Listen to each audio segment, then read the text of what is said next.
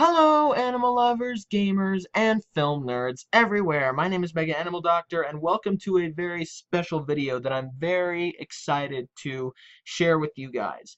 Now, I have just finished reading the best-selling book, The Disaster Artist, written by Greg Sestero, the guy who starred in The Room and hated a lot of it, and then wrote an experience about how exactly the film got made. If you don't know what The Room is, it's the Citizen Kane of bad movies. Well, now that book, if you guys haven't heard, is getting turned into a movie. And I have just finished reading the book, and I am going to be analyzing the trailer that was released. I guess it's been almost a month now. Look at that. This was uploaded on September 12th. So it's been almost a month. That's pretty crazy. So I will be talking about this trailer here and what it got right, what it got wrong, what might happen in the plot, and I'm going to be analyzing little aspects that I just think are cool or strange. So this is a trailer analyzation, I guess. A trailer analysis, that's the right word.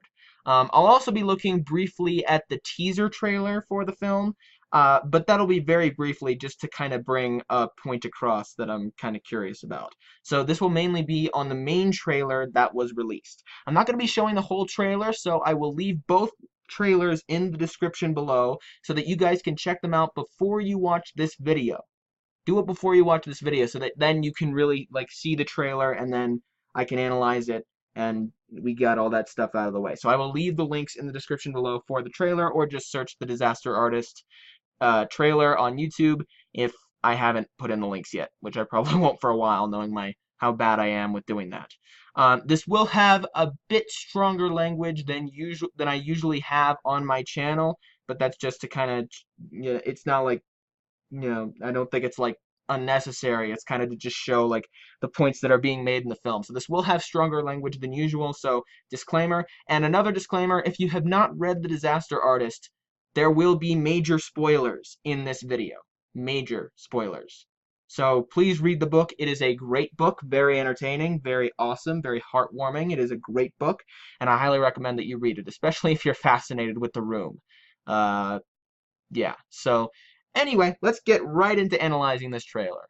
So I'm not going to be playing the video, I guess, too much. We'll just kind of be going through and I'll play individual pieces that I think are kind of cool.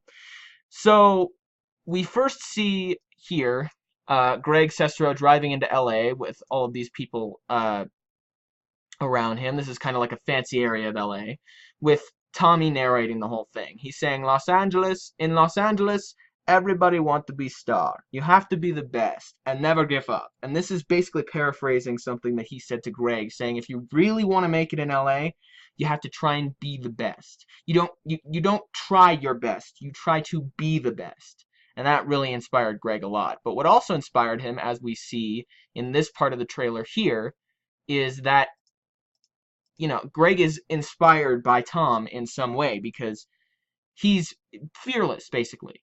As Greg says, when I get up on stage in front of people, all I can think about is, what if they laugh at me? But you, man, you're fearless. I want to feel that too. He's just inspired by his fearlessness, and we see that. Gene Shelton's class, I believe, is portrayed very accurately in this trailer. Um, we've got the theater, we've got Gene right here, and in fact, there's a direct scene from the book in which she puts her hand on the bridge of her nose, just kind of like, oh God, what the heck am I watching right now? Like, why is this even happening? And that is a moment in the book that happens a lot in Gene Shelton's class because she's looking for like that perfect feat of acting. But then, of course, fearless Tommy comes in with this great line delivery from A Streetcar Named Desire. I want to feel that too. And you kind of get the picture from there. That's that's not very good line delivery. But Greg is still inspired by this because he's fearless. He's giving this really terrible performance, and he just doesn't care. And you see in the background, she, she looks at her script briefly. There was a technical difficulty there, but she looks at her script to just be like, "What is he doing? Why is he going off script? This doesn't. What's he doing? This doesn't make any sense." So that was portrayed really accurately. And then we get to see a little bit of Tommy's condo in this moment of the trailer here. We get to see a little bit of that condo. And then we see Tommy and Greg playing football right here, and he drops the football there. Now, there are two possible things that this particular moment of the film could go in. And one of those things that it could be is when Greg is playing football with Tommy, and Tommy sucks at it, even though he says like, "Oh, I'm great football player. I've played many times before." Um, but in reality, he doesn't seem to. But the more likely one that I actually have now that I've finished the book is during a scene of the film, in this is exact location, Golden Gate Park. They shoot a scene involving Greg throwing football, and I will give a point to that later that will lean more heavily toward that side of the thing where they're shooting a scene for the room, not that they're just playing football for the fun of it. And there's a point that kind of illustrates that, but I'll get to that later. Um, and then here we get to see a little bit more of Tommy's condo with a weird skeleton mannequin thing that's in the background.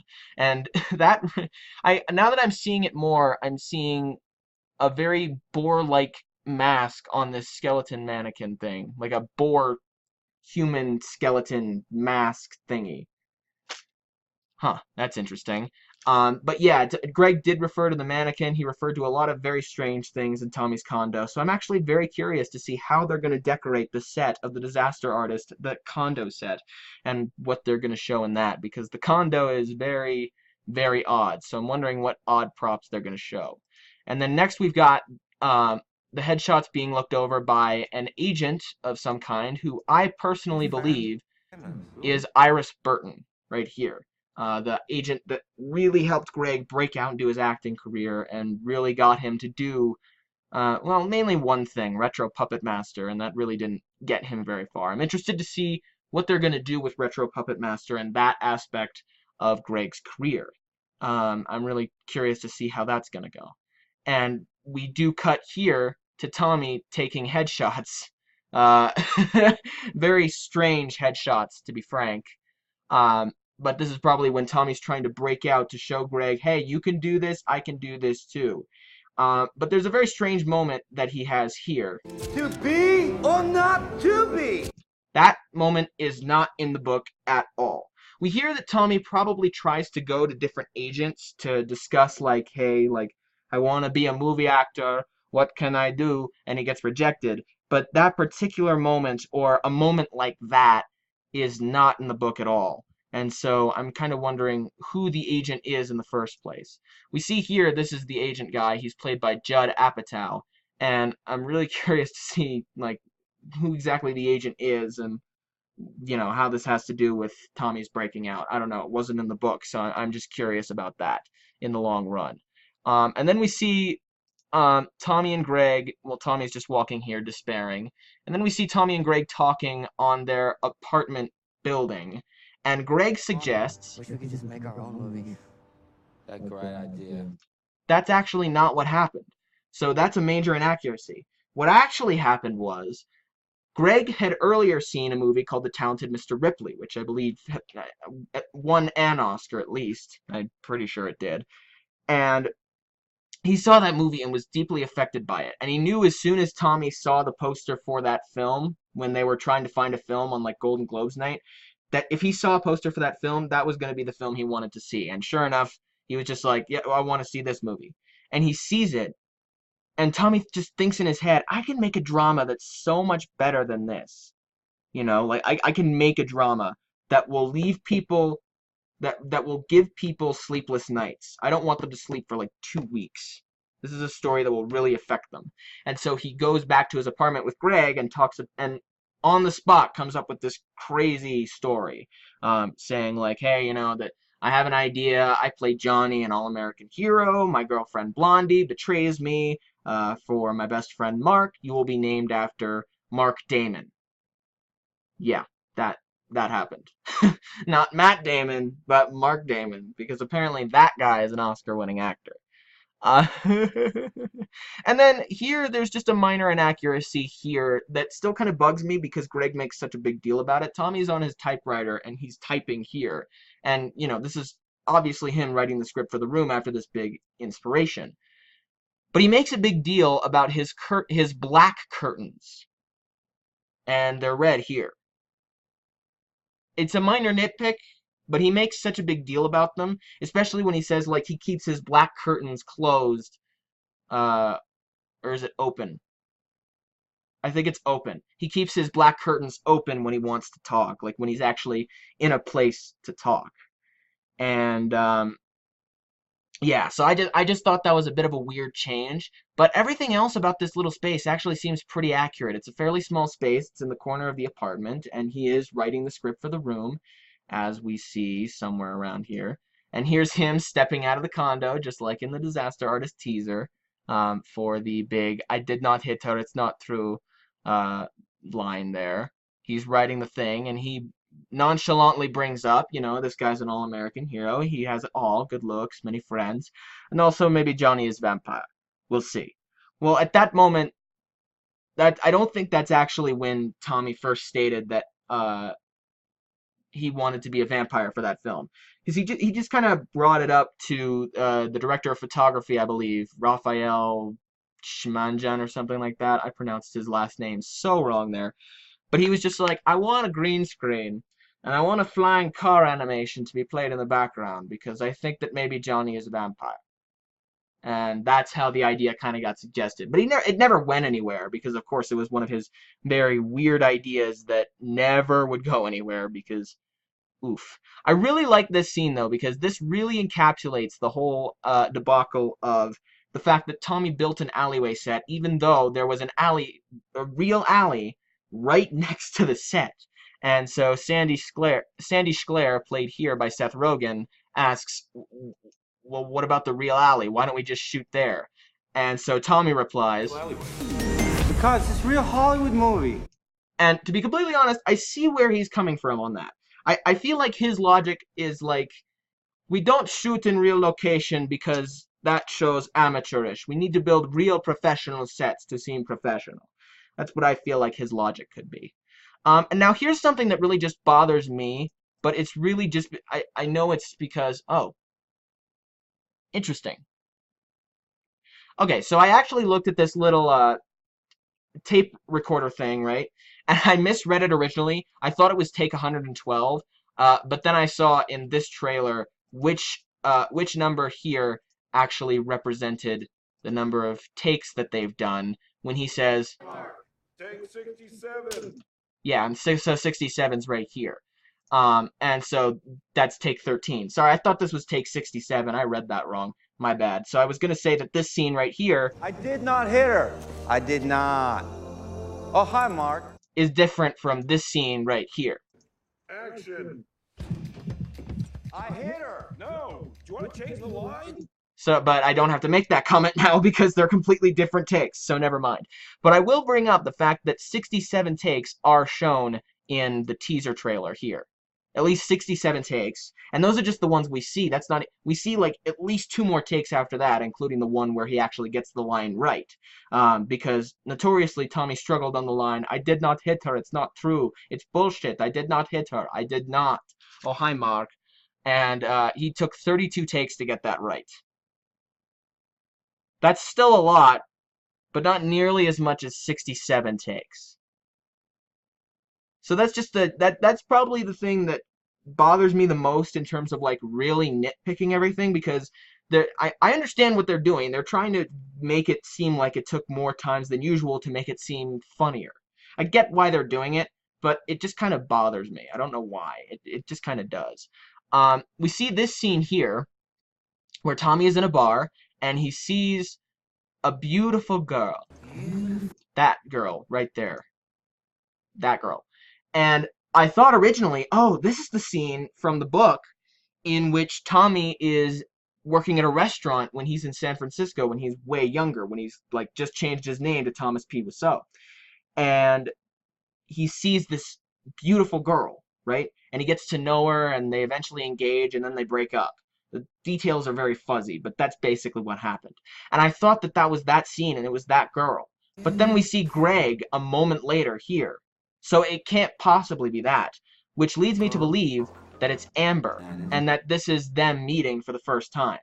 But the reason why I thought maybe this was the engagement scene was because of this. where Amber grabs Greg's hand in a restaurant and he gives that reaction. There was never any hint of Tommy being jealous of Amber and Greg in the book.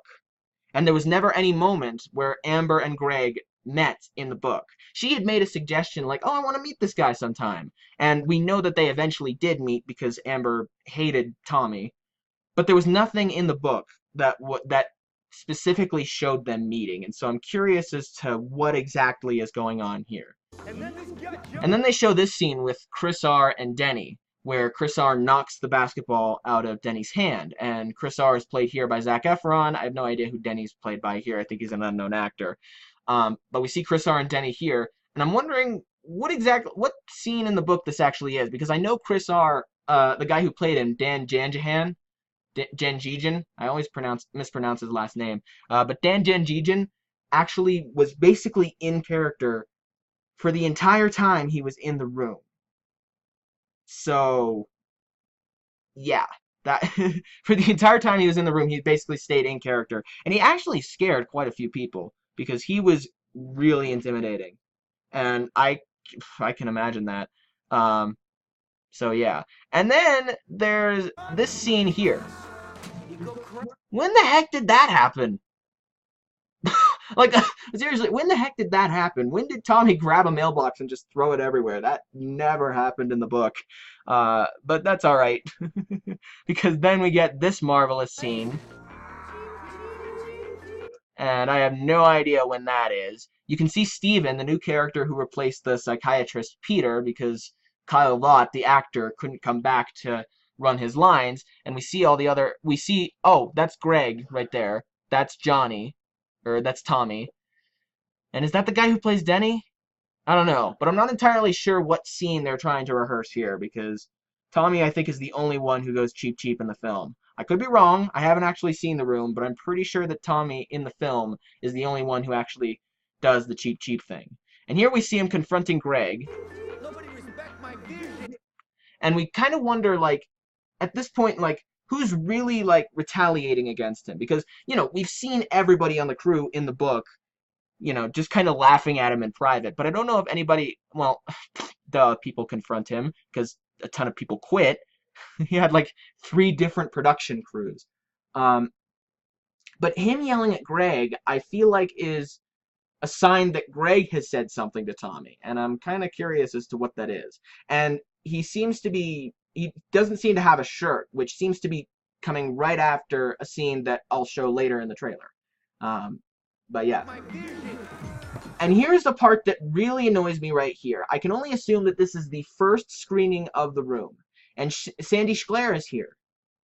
That's a bit of a problem. For the world premiere of The Room, Sandy actually wasn't invited because Tommy felt that Sandy had betrayed him by quitting the movie to go work for a cinematographer who worked for Steven Spielberg. So Sandy would not be here right now. And he would not be laughing with everyone else at the film. Now that said, this gives a really interesting perspective to Tommy's point of view on the film. And I'm going to get to that in like 2 seconds. Oh, okay. This is the scene I was talking about earlier when I was talking about Greg and Tommy throwing a football, and I was talking about how I felt like it was more when they were shooting a scene for The Room and not when they were just playing football together for fun. And the reason why I think this is because Greg apparently said something in French during a take, and Tommy got so mad that he tried to tackle Greg. And it looked playful on and the thing that really sold me is that Greg said it looked playful on camera, but it was not playful in real life. So that looks a lot like what's going on here. It looks very playful and in some ways very fake, but it may have not been very fake for Greg. And this is one of my favorite things ever right here. The billboard. They remade the friggin' billboard. It's an exact copy of the billboard that they made to promote the movie. And I love it so much. It's so funny. And as many people have pointed out, this phone number is actually still working right now. If you call that number, you will actually hear Tommy Wiseau's voice saying like, hey, you can attend my screening of The Room, the world premiere of The Room. It's going to be on this day. So they've kept that number up for fans of The Room. And here is the scene that's actually really interesting. And it's also part of the thing with Sandy Schleyer earlier.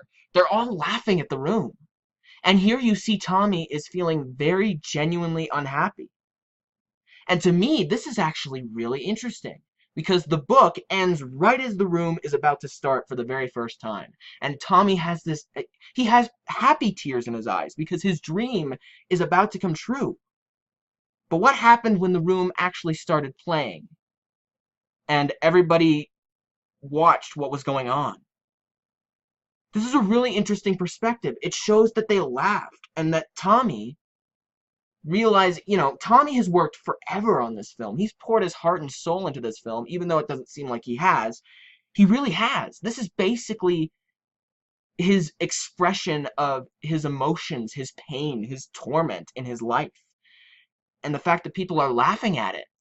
I mean, what kind of a toll must that have taken on him? And Greg right here looking so sorry for Tommy. I mean, that's powerful. And I'm actually really excited to see that perspective of the film and how far past the ending of the book they're actually going to go in talking about the room's hilarious impact. And then they make a great recreation of this scene here. Cut. But here we have another problem. So, it is true that everybody was shocked at this scene because Tommy didn't really give out full scripts to many people on the crew. And so everybody looked at Tommy and they were just like, what are you doing? What is even happening in my life right now? The main problem is, by this point in the book, Sandy had left. He'd gone to work for the cinematographer who worked for Steven Spielberg. He was not in the film by this process. In fact, it is explicitly stated in the book. Oh, sorry about that. It is explicitly stated in the book that what probably went through Sandy's mind was shoot for Steven Spielberg's cinematographer or shoot Tommy Wiseau's ass. Which one would I prefer to do more? Because a love scene was coming up, and I imagine that Sandy didn't want to see that. It's kind of interesting, like, in the book, we see the truth and the fact that, Sandy left, and partly because of the fact he didn't want to shoot that.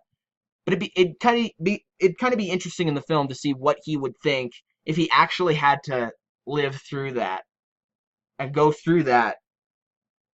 Had probably cringe all the way through it. But the problem is, it does bug me that Sandy is still here because he has outstayed his welcome at this point. Like, at this point, he's like in the movie way too much. He should have quit by now, like long ago, and he hasn't. That's really dumb.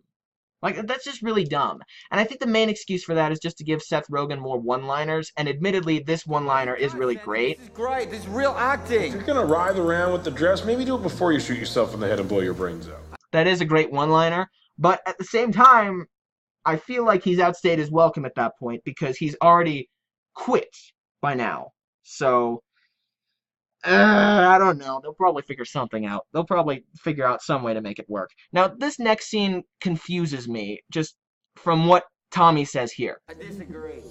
You're really gonna make this thing? We are going to, yeah. Together. Now, here's what's weird, okay? And I might be wrong, but I don't think I am. When Tommy is talking to Greg, Tommy calls him Johnny. Not only was that not a nickname stated in the book that Tommy referred to Greg as, it's also not the name of his character, which he often did. He would often associate people with their characters. So he would call the actress who played Michelle, Michelle, and the actress who played Dawn, Dawn, or the actor who played Dawn, Dawn, but not Greg. So this scene comes out of left field, and there are even closed captions, so I can prove that that's what he said. We are going to do it. What? That's not what he said. Wait. We are going to, yeah. To do it. Oh, okay, I see. So that's just really bad, English on their part. We are going to do it. That's just, that's bad. But I think this is a minor inconsistency because it looks like they're in some sort of restaurant right now. when they actually should be at Tommy's apartment reading the script. And in fact, earlier on, let's see, where's the moment again? They're eating here at this restaurant here. And, I mean, there's never really a moment where Greg tells Tommy face to face, I think it's great that you're fearless, right? But here, Tommy's eating pizza. There was never a moment in any of the restaurants in the book where they went to a restaurant to eat pizza. They went to a James Dean restaurant, which was like, I think, Mexican food or something. They went to a restaurant near James Dean's crash site, and there was Mexican food there, I believe, but there wasn't anything about pizza, so that kind of confuses me. And here we get to the weird part of the scene here. Tommy, this is not necessary. No, very necessary. So yeah, that happened. So so this is just something meta that I think is very funny, and that I couldn't help but think about when I was thinking about this trailer. Tommy Wiseau here goes, I need to show my ass to sell this movie, which is actually basically something that Tommy said in real life. But what I found funny was, before I realized that that's actually something he said, Tommy says, I need to show my ass to sell this movie. Well, here James Franco is, showing his ass to try and sell The Disaster Artist. I don't know why. That's just such a funny meta thing to me. And it was probably completely unintentional, but it happened. And then we get to the famous belly button sex scene where everybody's looking in awe as he's aiming at her belly button, seemingly, instead of somewhere else. But again, the weird thing here, Sandy has quit by this point. He should not be here. He has quit. He should not be here. But he is. So that's just something that's very odd to me. And the final scene of the trailer is, of course, one of the most iconic scenes of the room. Hi, doggy. Now, fun fact about that scene, actually. Apparently, nobody noticed that the pug was actually there. He was so lifeless that nobody actually noticed him there. During a take of the flower shop scene, which was already weird in its own way, right? During one of the takes, Tommy saw the pug and improvising went, hi, doggy, and then went out. And Greg thought, you know what? Let's keep that in. That shows a more like positive side to Tommy, like a more endearing and happy side to Tommy that I really know. And I want to see that in this film. And so, yeah, they kept it in. And I have one other thing that I wanted to discuss. I said earlier that in the confrontation with Greg here, nobody respect my vision, he seems barebacked, right? I think it should take place right after this scene. Like right after they do the sex scene, maybe Greg comes up to him and goes, Tommy, what on earth are you doing? This is such a stupid thing. And then he yells at Greg for going, no, for not respecting his vision. And that'd be a pretty cool thing. And another thing I'm really curious to see what exactly they do with it is the celebrity cameos. Because this is a Seth Rogen and James Franco movie, right? But it's also, a biopic. So it's interesting that they were able... What I also find interesting is that they were able to still make James Franco the oblivious idiot and Seth Rogen the serious man like they do in all their other movies. That's really cool. Especially for a biopic sort of thing. But I wanted to talk about the celebrity cameos here. We've got a whole ton of celebrities starring in this. If you guys... Okay, pause the thing if you don't want to see who the celebrity cameos are. But we've got all of these people here. And then we've got celebrity cameos, which include Bryan Cranston, Zach Braff, J.J. Abrams, David DeCoteau, Lizzie Kaplan, Christian Bale, Keegan-Michael Key, Adam Scott, Danny McBride, Angeline, and Tommy Wiseau. Wow. They got Greg Sestero and Tommy Wiseau to be in this movie. Greg Sestero, I understand. But how the heck did they get Tommy Wiseau to actually cameo in this movie? That is incredible to me. Like, that is absolutely amazing to me. But the main, Christopher Mintz-Plasse in this movie. I did not realize that. Melanie Griffith, Judd Apatow, Paul Scheer, Jackie Weaver. Got a whole bunch of famous people here. But the one person I'm really curious to see how they're going to pull off his celebrity cameo, Bryan Cranston. Because apparently they hired Bryan Cranston. He was going to play some role in the movie, and he had no idea what role it was actually going to be. And he found out later they cast him in as himself. They cast him as himself, and they did that because he was working at the time the room was being made, and so they were just like, hey, let's show Bryan Cranston as himself around the time of the room's creation. And I want to know, because Bryan Cranston didn't actually appear in the book at all, so I'm wondering, what exactly did Bryan Cranston do that had at least the smallest of impacts on the movie as a whole? I'm really curious about that. It's kind of an interesting dilemma. So, anyway, thank you guys so much for watching this review of the Disaster Artist trailer, this analysis of the Disaster Artist trailer, and I really hope that you enjoyed it, because this was certainly interesting. It was much longer than I planned, but I go off on a lot of tangents, and I don't necessarily have cohesive thought processes, so, oh well, hopefully it comes out fairly well. If you want to see the entire trailer and the entire teaser trailer, I will try to leave the link in the description below, and if not, then just search the Disaster Artist trailer on YouTube and you will find it, no problem. My question of the day for you guys is, are you excited for the Disaster Artist? If you are, when are you planning to go and see it? Let me know down in the comments below, and like, share, and subscribe, and comment to let me know that you like this video. And please click the bell icon so that you guys know immediately when new videos of mine come out. Thank you guys so much for watching, and we will see you next time. Have a great rest of your day! It did not hit her. It's not true. Oh, crap.